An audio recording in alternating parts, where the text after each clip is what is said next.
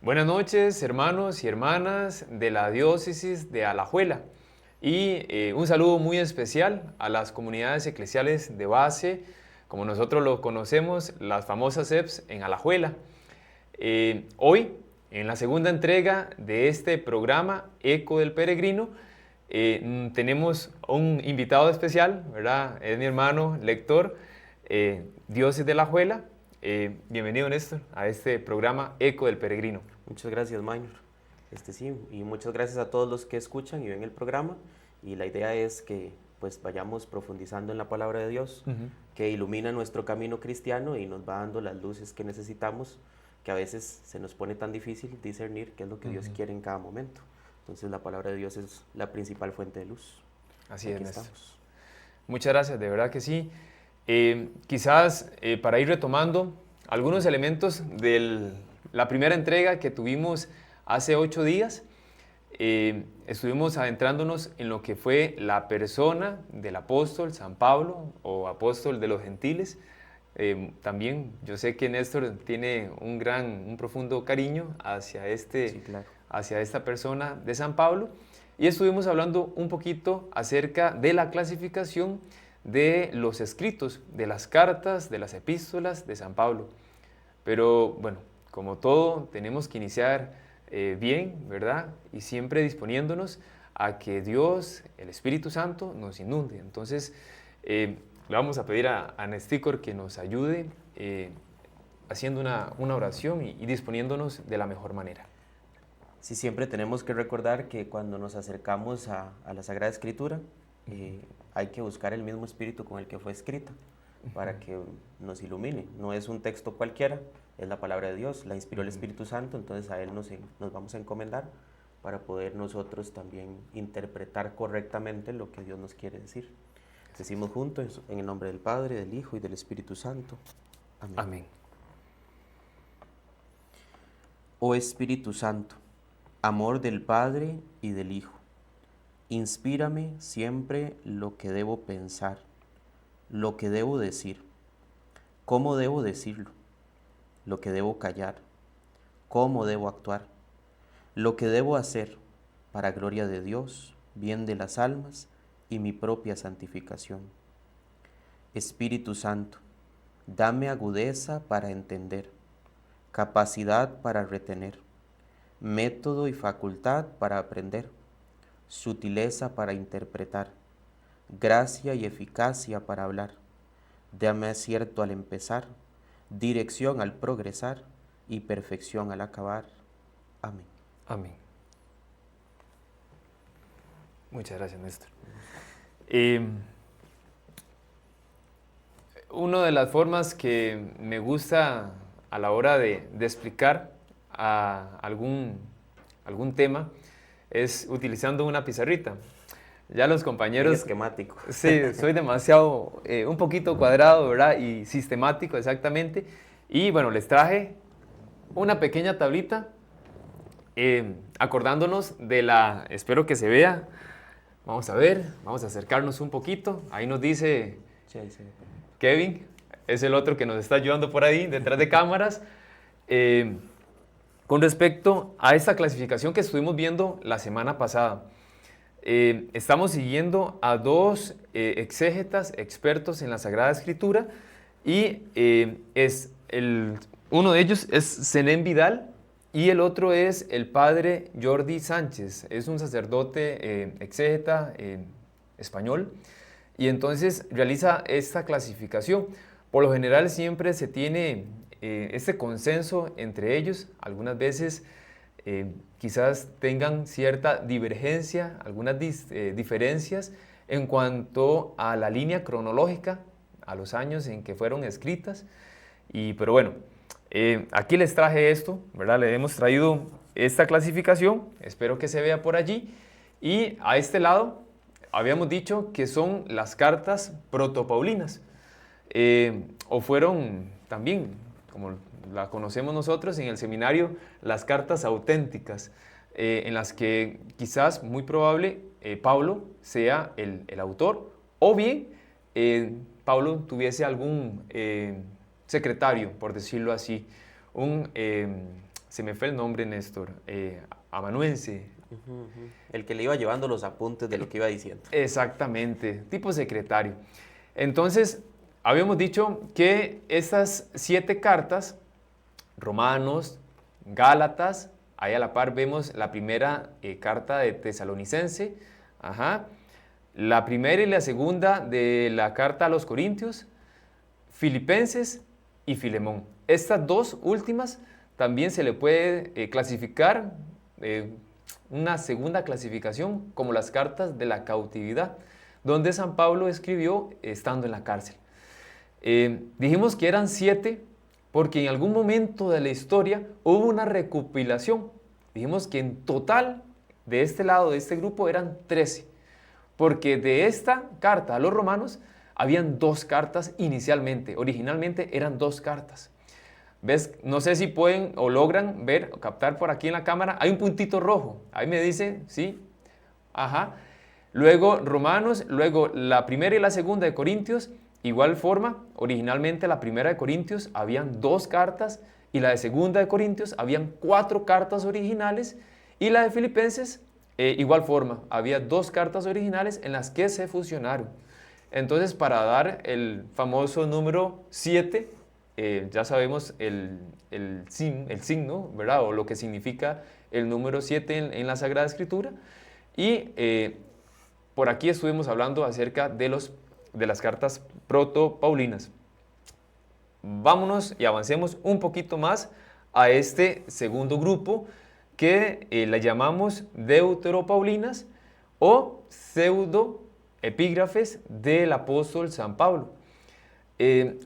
Hay alguna convergencia en cuanto a los criterios de estos expertos exégetas, en los que nos dicen que sí, ciertamente hay cierto estilo, podría ser que algunas características, algunos rasgos de las cartas tengan cierto vínculo, ¿verdad? O que se parecen un poquito a estas cartas protopaulinas en su doctrina y demás, pero al final llegan al consenso de que es muy probable que lo hayan escrito algunos discípulos en el siglo II, a inicios o a finales del tercer siglo, del tercer tercio del primer siglo, año 80, 90, 100, por allí. Entonces les traemos estas 6 cartas, es por este lado, perdón. Colosenses, Efesios, la primera y la segunda de Timoteo, la segunda de Tesalónica y la carta a Tito, uno de sus discípulos. Cabe resaltar acá, dentro de este segundo grupo, que estas cartas, más que todo, nos decía Zenén Vidal, que era para dar una respuesta ante las dificultades que estaban presentando en ese momento las comunidades. Y ciertamente habían ciertas amenazas doctrinales, y es allí donde nosotros empezamos a leer en Efesios y Colosenses específicamente cómo ciertas prácticas de ascetismo eran como dominantes en ese momento, en donde había principados, potestades, virtudes, en los que hacían esta intervención entre Dios y el hombre. Y llegará el escritor, el autor de la carta, y dirá, no, el único mediador entre Dios y los hombres es Cristo. Jesucristo. Es Jesucristo, exactamente. Entonces, esta es la intención. Si nos vamos y profundizamos un poquito, porque es importante ver la intención del autor sagrado, ¿por qué o qué fue lo que lo movió a escribir sí, dirigirse a estas comunidades? Ciertamente hay un trasfondo. Pongo un ejemplo. Ciertamente en las casas, en nuestras familias, por allí mamá o papá nos dirán, Alonso, yo me llamo Maynor Alonso, por aquello, solamente me dicen Alonso en la casa. Alonso, mira, hay que ser responsable, hay que llegar temprano a las actividades y a las tareas, ¿verdad? Hay que ser muy disciplinado y muy comprometido. ¿Qué hay detrás? Bueno, que seguramente han visto los papás, lo han visto a uno, llegar tarde, ¿verdad? A los compromisos, quizás esta falta de responsabilidad y disciplina, y dirán, Alonso, hay que ponerle un poquito más, pero hay antecedentes, ¿verdad? En este caso, los autores de estas cartas deuteropaulinas tienen un motivo, tienen una intención por las cuales ellos quieren escribir a estas comunidades. Hay amenazas, en el contexto, es allí donde tienen que poner alerta para que vivan una auténtica fe en la comunidad. Y ciertamente hay un verdadero sentido inmanente de la parusía, de la segunda venida. Ya viene Jesucristo, estamos esperándolo, tenemos que estar atentos, vigilantes. Pero más que todo, para seguir al segundo punto, que quizás Néstor también nos va a ir profundizando, espero que, bueno, si tuviesen alguna duda con respecto a esta clasificación, por allí, no sé si Néstor se acuerda de la carta a los hebreos, que por ahí estamos escuchando que puede ser Paulina. Que se pensaba en algún momento que había sido de Pablo, Uh-huh. y ahora decimos que posiblemente no. Que posiblemente que ya no es de Pablo. De hecho, esto me da pie porque pienso que hay una pregunta que yo me la hice en su momento y que tal vez los que nos escuchan pueden estarla teniendo. Uh-huh. ¿Por qué si estas 6 cartas, verdad, que son deuteropaulinas, que no son de Pablo, Uh-huh. ¿por qué seguimos diciendo que son de Pablo? Porque Exactamente. en la liturgia se dice, ¿verdad? Que la carta del apóstol San Pablo a Tito. Uh-huh. Pero ya nos están diciendo que tal vez no es de Pablo. No es de Pablo, claro. Eso hay que entenderlo desde el punto de que sí son las enseñanzas de Pablo. Uh-huh. Uh-huh. Son sus discípulos que de alguna manera, recordemos que Pablo no escribió solo estas cartas, escribió un montón. Uh-huh. Uh-huh. Estas son las que llegan al final al canon de la Biblia y las que consideramos palabras de Dios. Pero él escribió mucho y también habló mucho, dio muchos discursos, ayudaba mucho a la gente, seguramente daba consejería, daba todo esto que hablaba. Entonces sus discípulos lo empiezan a recoger y de alguna manera cuando, como nos decía Minor, se enfrentan a una situación de la comunidad, dicen, pero recordemos lo que Pablo nos decía. Exacto. Y entonces vienen y recuperan la enseñanza de Pablo y la ponen en una carta, y por eso es que le ponen el nombre de Pablo, porque tal vez ellos no están hablando como desde ellos mismos, sino recordando lo que Pablo nos enseñó, lo que nos dijo. Entonces por eso le seguimos diciendo cartas paulinas, porque tienen la doctrina de Pablo, ¿verdad? Es lo que él iba enseñando como apóstol, y no es simplemente que a alguien se le ocurrió ponerle el nombre de Pablo, sino que es de una escuela, podríamos decirlo, paulina, y así lo vemos con otros autores después en la Biblia, pero... Me acuerdo, no sé,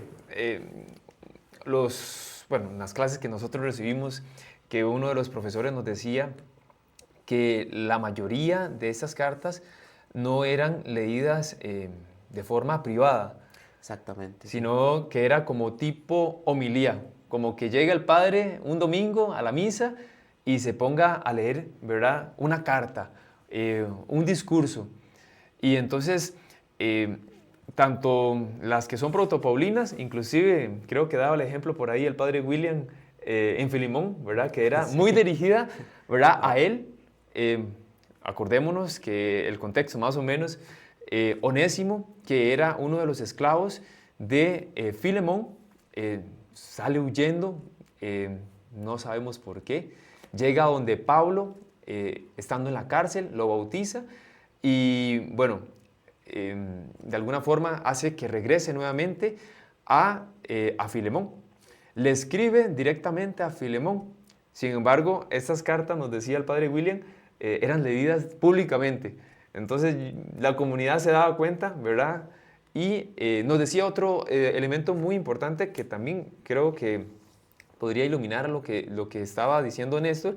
Son cartas que se iban pasando de comunidad a comunidad, como si fuese un aviso parroquial, por decirlo así. Alguna cosa así. Entonces, esta carta no solamente llega a esta comunidad, por favor, pasársela a la siguiente comunidad vecina. O pensemos también hoy que es muy común los comentarios que hace algún sacerdote del Evangelio y lo mandan un audio, y entonces eso pasa a grupos y el padre tal vez ni cuenta se da hasta dónde llegó el audio que mandó.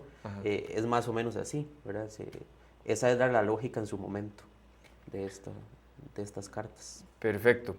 ¿Qué les parece si nos deja algunos comentarios, nos dejan comentarios de dudas, quizás por ahí algún elemento, algún dato que ustedes vean que, mira, quizás estos chiquillos seminaristas se les olvidó tal cosa. Bueno, déjenos saber por ahí en sus comentarios, en las redes sociales, o pues bien, también dudas, y si nosotros pues podemos también evacuaremos también estas consultas.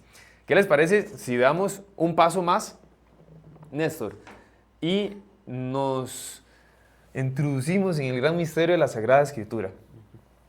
Queremos presentarles uno de los textos auténticos de San Pablo, una de las cartas a la comunidad de Corintios.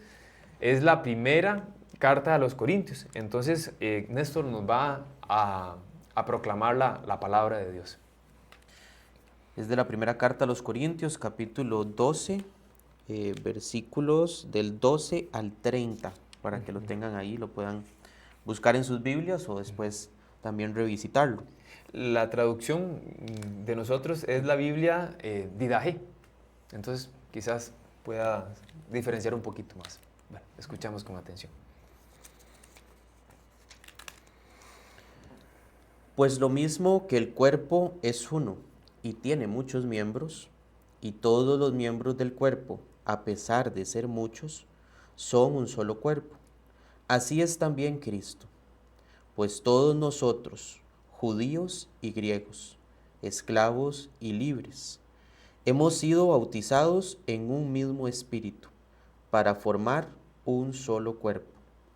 Y todos hemos bebido de un solo espíritu. Pues el cuerpo no lo forma un solo miembro, sino muchos. Si dijera el pie, puesto que no soy mano, no formo parte del cuerpo, ¿dejaría por eso este de ser parte del cuerpo? Y si el oído dijera, puesto que no soy ojo, no formo parte del cuerpo, ¿dejaría por esto de ser parte del cuerpo? Si el cuerpo entero fuera ojo, ¿dónde estaría el oído?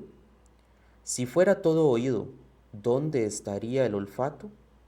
Pues bien, Dios distribuyó cada uno de los miembros en el cuerpo como quiso. Si todos fueran un solo miembro, ¿dónde estaría el cuerpo?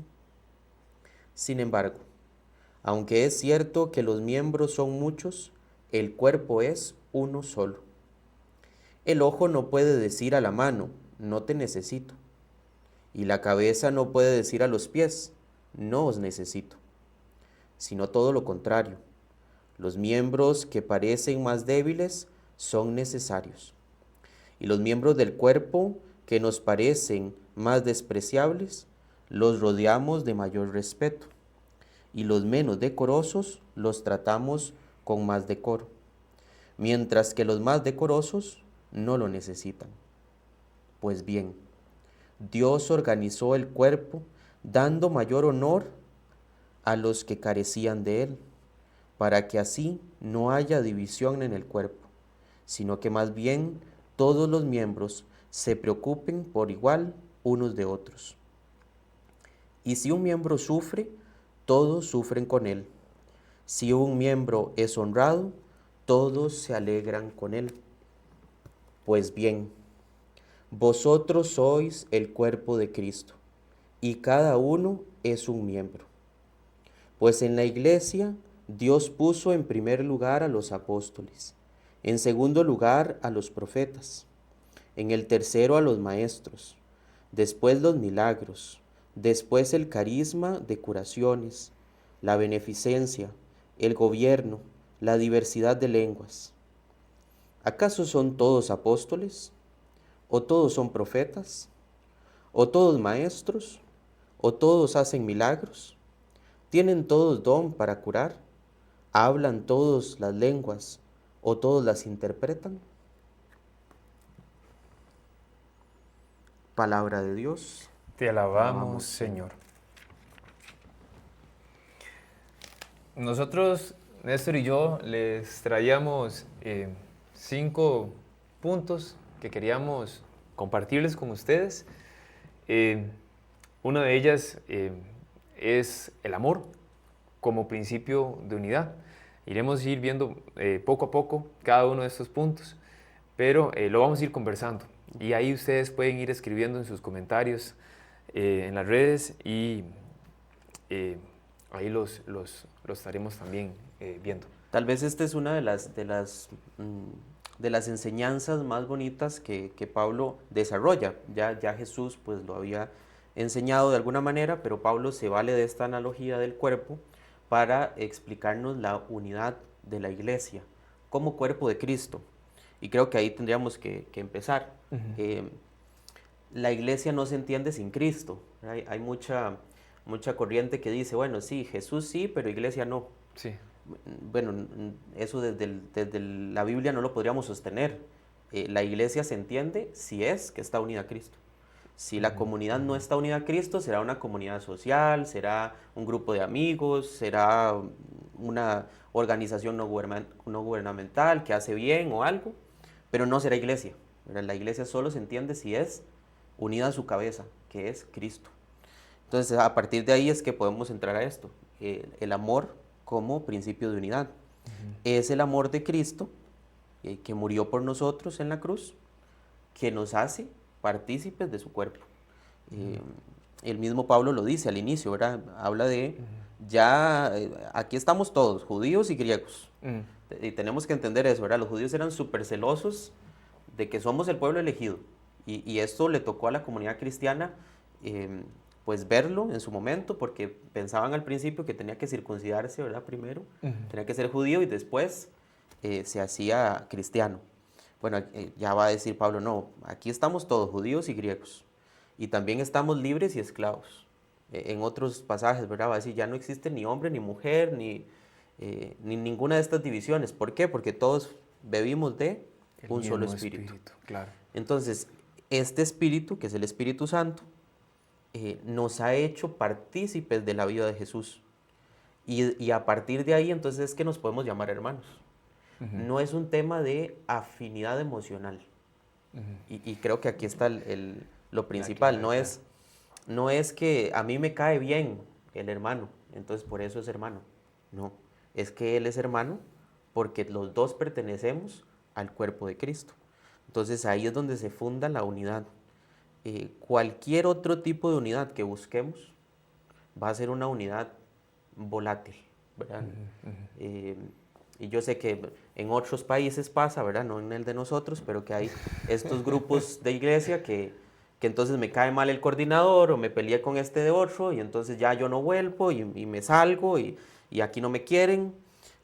Bueno, ahí el Pablo nos dice hay que superar un poquito eso. Tenemos que ver que nuestra unidad va más allá de si me cae bien, si nos llevamos bien, va más allá, está fundada en el amor de Cristo. Esa expresión que, no sé, ¿verdad? Que escuchamos mucho, Néstor, y compañía, yo sé que yo estoy bien con Dios. Eso mismo que dijo Néstor, y quiero retomarlo. Yo y Dios, mientras yo esté bien en mi relación con Dios, lo demás no importa. Cada uno en su casa y Dios en la de todos. Dice. Sí, sí, y son expresiones que uno, ¿verdad? Sí. En algún momento las decía, ¿verdad? Y quizás las sigue escuchando muy constantemente. A mí me parece que todavía no se ha dado el salto a esta dimensión horizontal, donde ciertamente nos lo recuerda mucho el Papa Francisco, nadie se salva solo. Y uno se puede cuestionar, ¿cómo?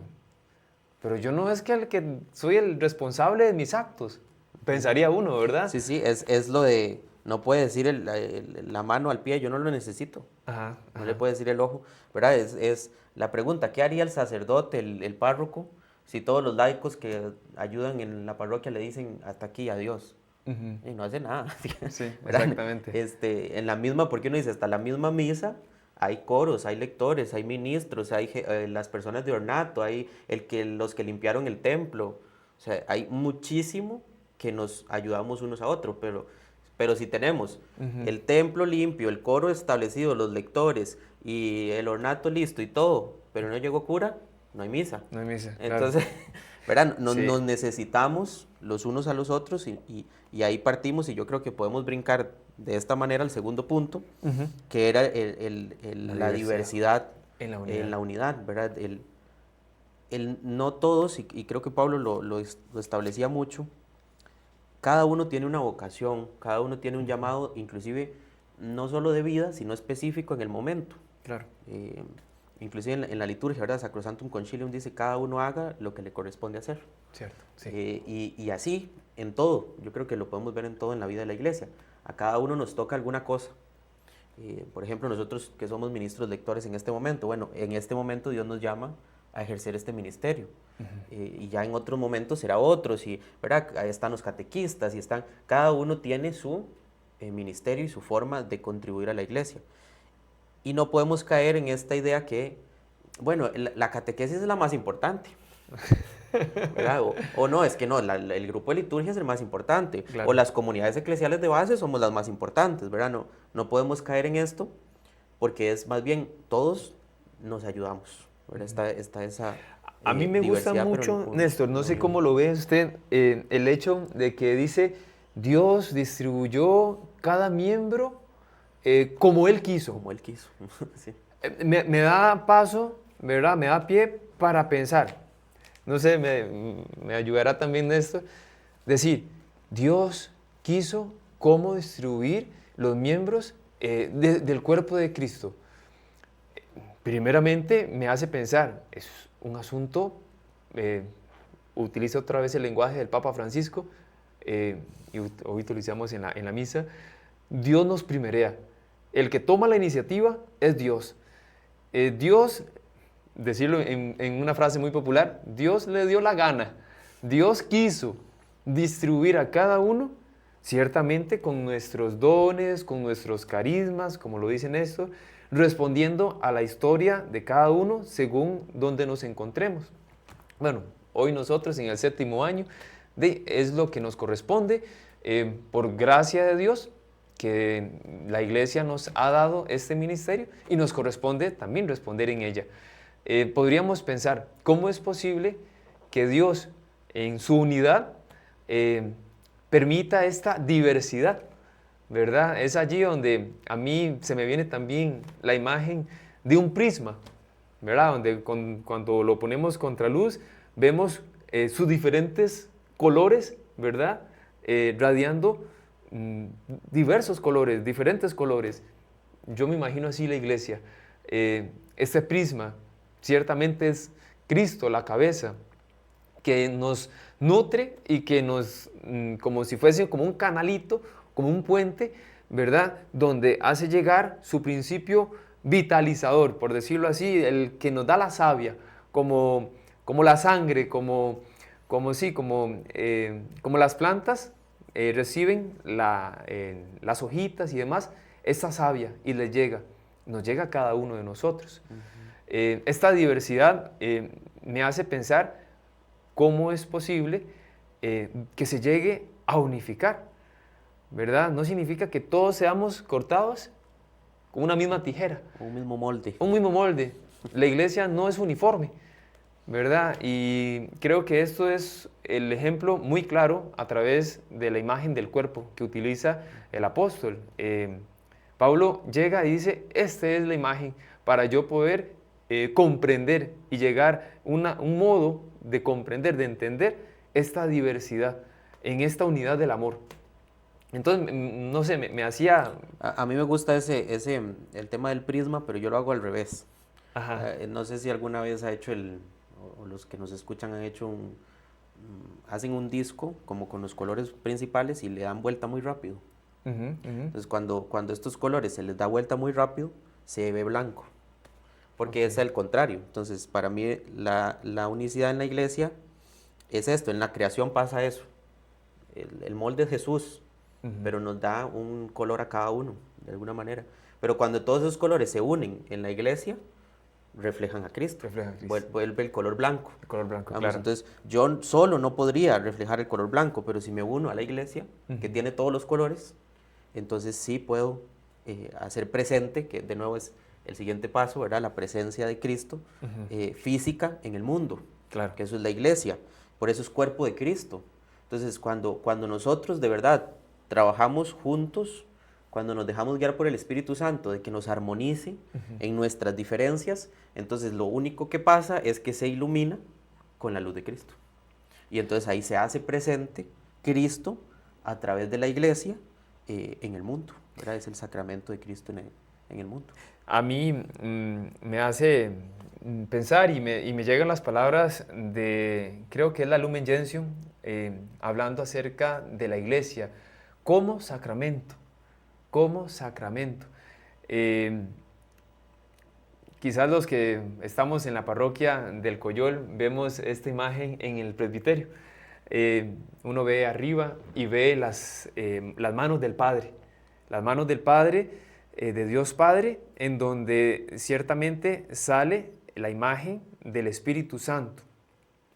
Hay muchos, o algunos padres de la iglesia que utilizan esta imagen en el que las dos manos del Padre son el Hijo y el Espíritu Santo. Como esa misión del Hijo, ciertamente, en su misterio pascual, misterio de la encarnación, y ciertamente el Espíritu Santo, el prometido, el defensor, el paráclito.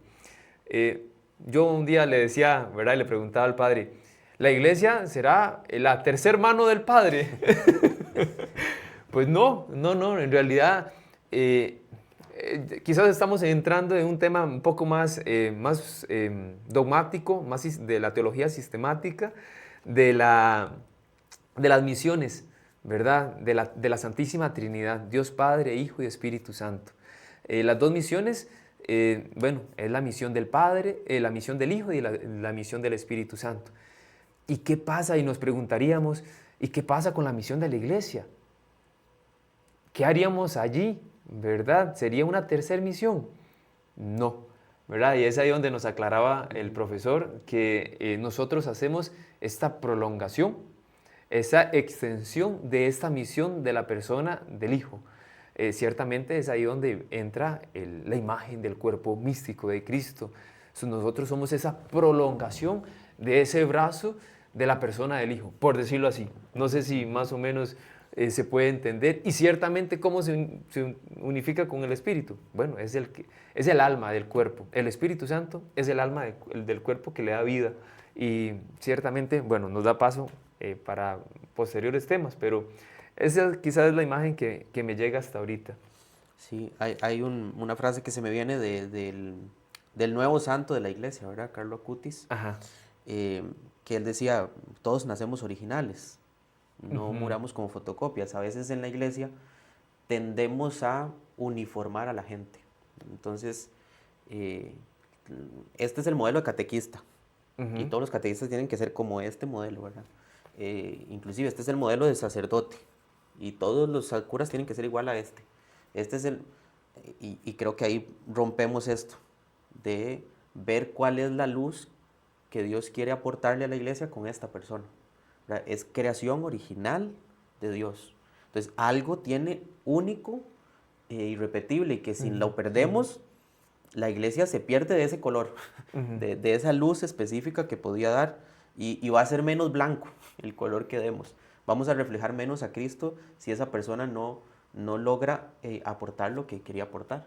Y aquí es este tema de que no podemos, y San Pablo de alguna manera va diciendo, y es curioso este tema de que en primer lugar puso a uno, en segundo lugar, y nosotros entendemos primer lugar como si fuera una carrera. Entonces el primer lugar fue el que ganó, el segundo fue no. San Pablo va a entender esto desde los niveles de servicio, ¿verdad? El apóstol es el primero porque sirve a todos. De hecho, hay una, tal vez me salga un poquito del tema, pero es como para que entendamos eso. Hay un comentario que hace, no recuerdo ahorita si es Joseph Ratzinger, Benedicto XVI, cuando comenta por qué se acomoda la procesión de entrada de una misa de esa manera. ¿Verdad? Van primero la cruz, ¿verdad? Que nos preside de alguna manera, después empiezan los monaguillos, después los ministros luego los ministros, digamos, si hay ministros lectores o acólitos, luego vienen los ministros ordenados, diáconos, luego los presbíteros, y de último, si viene, entra el obispo. El obispo. Entonces él decía, entran así porque cada uno que va más atrás tiene que servir a todo el resto. Entonces los monaguillos van de primeros porque representan al pueblo de Cristo. Luego, entonces, si ya usted tiene un ministerio dentro de ese pueblo, le toca servir. Y si ese ministerio va más y más, entonces el obispo entra de último porque es el que sirve a todos. No solo a los presbíteros, sino a los presbíteros, a los diáconos, a los ministros y al pueblo. Tiene que servir a todos. Entonces ahí es cuando él dice estos puestos, de alguna manera, son puestos de servicio. ¿Verdad? El primero es el que sirve de primero, el que sirve de alguna manera. Y creo que ahí podemos también dar paso al cuarto punto, que es la iglesia como sede del perdón. Que aquí yo tal vez vería de dos corrientes o dos interpretaciones de este punto. Una, como sede del perdón de Dios, ¿verdad? Que es sacramento de salvación, de redención. En la iglesia encontramos el perdón de Dios, y ese perdón da fruto, pero también el perdón entre nosotros, ¿verdad? Que sería la segunda dimensión. No, lo decimos en el Padre Nuestro, ¿verdad? No podemos pedirle perdón a Dios que nos perdone si nosotros no perdonamos a los que nos ofenden. Y entonces está esta dinámica, que es muy necesaria, y creo que lo podemos sacar aquí del texto, en donde decía que Dios le da más honor al miembro que más necesita. A veces uno puede decir, es que soy muy privilegiado porque he tenido una familia buena, católica, y no he tenido grandes problemas de pecados graves, ¿verdad? Bueno, tal vez usted era el que más necesitaba. Y por eso Dios le ha dado más, porque si no le hubiera dado ese más, ¿de dónde estaría? Entonces ahí a los miembros que más necesitan, Dios les da más. A los que menos necesitan, les da menos. A los que más honor necesitan, se les da más, y así, ¿verdad? Y nosotros tenemos que entender eso para poder empezar este proceso de sentirnos amados y perdonados, pero que eso nos lleve a amar y a perdonar a los que están a nuestro alrededor. En la misa hoy el padre José Eduardo Barquero nos predicaba en su homilía de que el amor que uno está llamado a dar ciertamente no es de uno, el origen, la fuente, sino que uno no puede amar y uno no puede llegar a perdonar de esta manera en que Él nos está pidiendo, amen a sus enemigos. ¿Qué es esta lógica? Por Dios, Néstor. Él nos decía, y todo el mundo pues, en la comunidad, ciertamente son palabras muy fuertes, pero nadie puede dar lo que no ha experimentado, nadie da lo que no tiene. Uno tiene que sentirse profundamente perdonado. Uno tiene que primeramente sentirse profundamente amado. Y yo, de un agente pasivo que recibo la misericordia de Dios, allí podré ser capaz, por la gracia de Dios, de amar a Néstor, de amar a aquella persona que me está costando en el grupo, en la catequesis, decía, ¿verdad? O en la CEPS, o bueno, cualquier otro grupo de iglesia, cualquier otra experiencia eclesial, y poder también perdonar.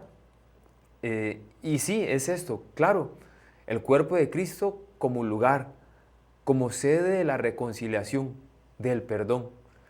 Porque seamos capaces, Néstor. No, solos no. Solos no, sí, no.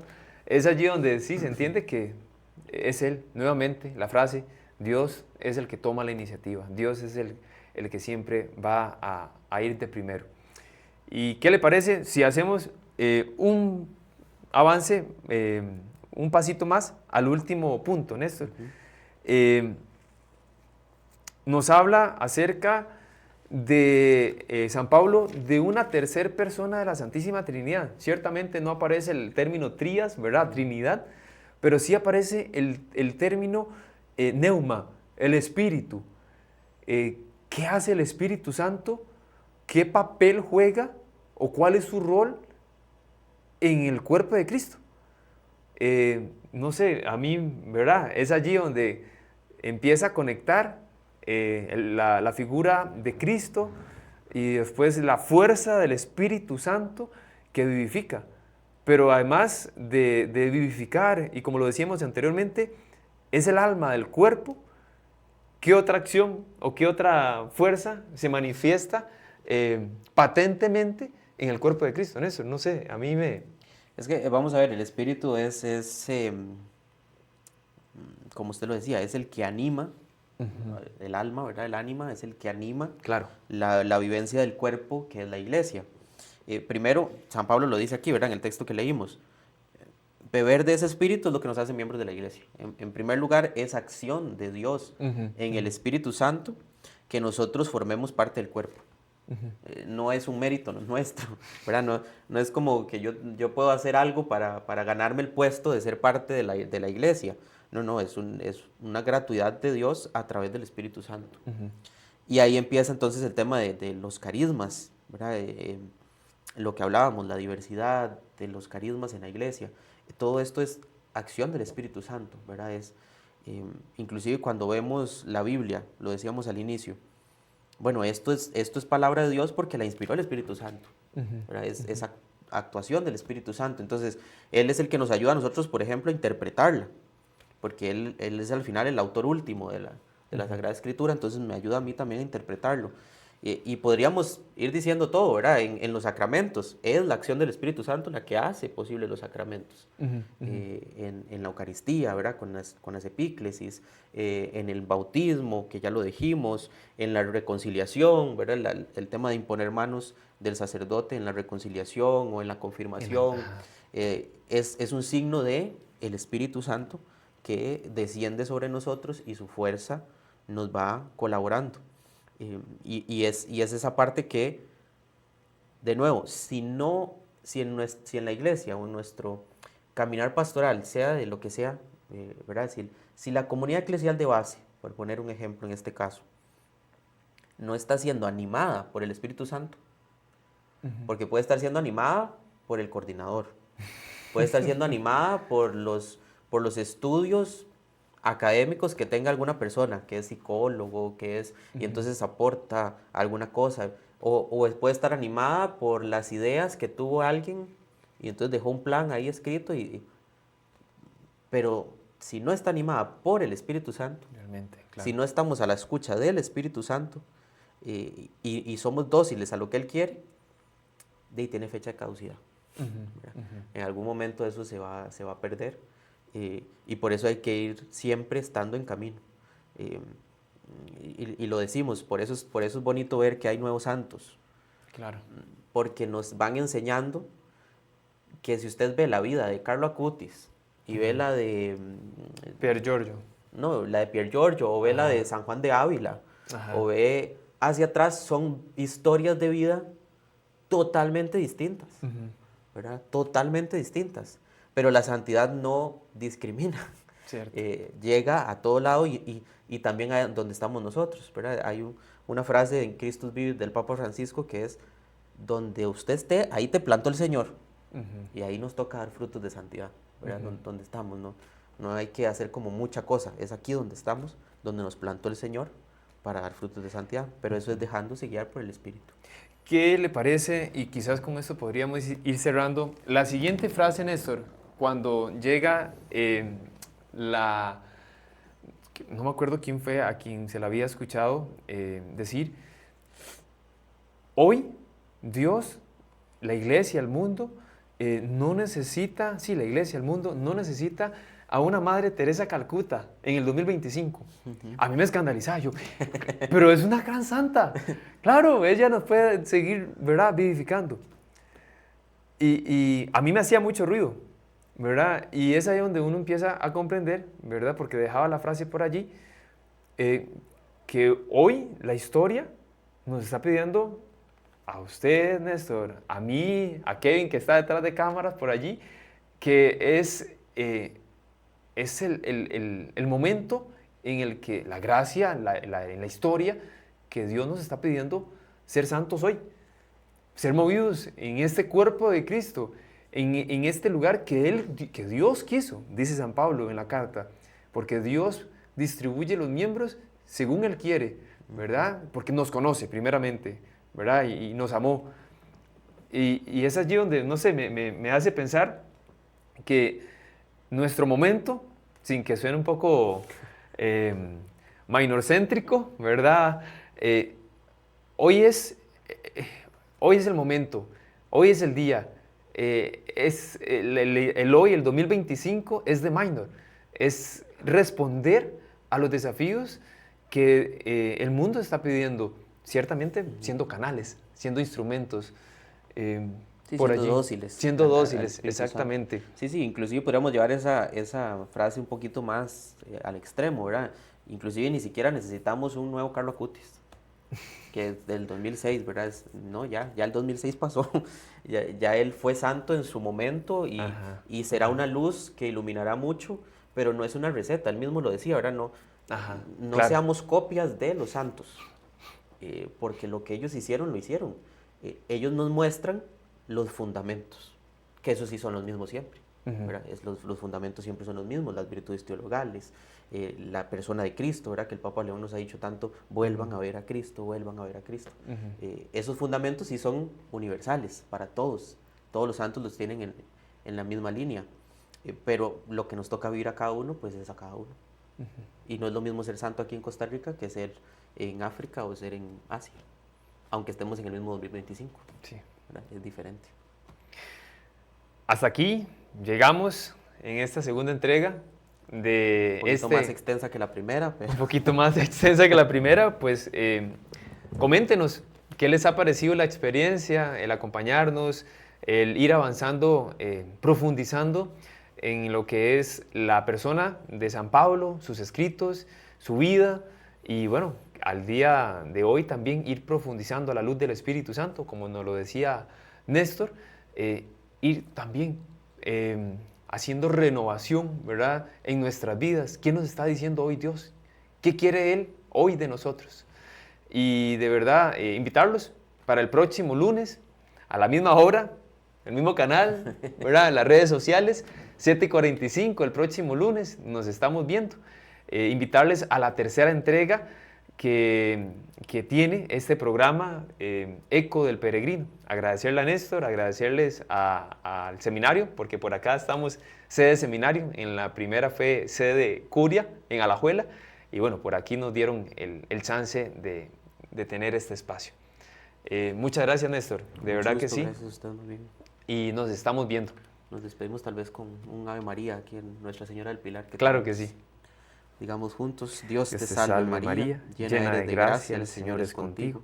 Bendita eres entre todas las mujeres y bendito es el fruto de tu vientre Jesús.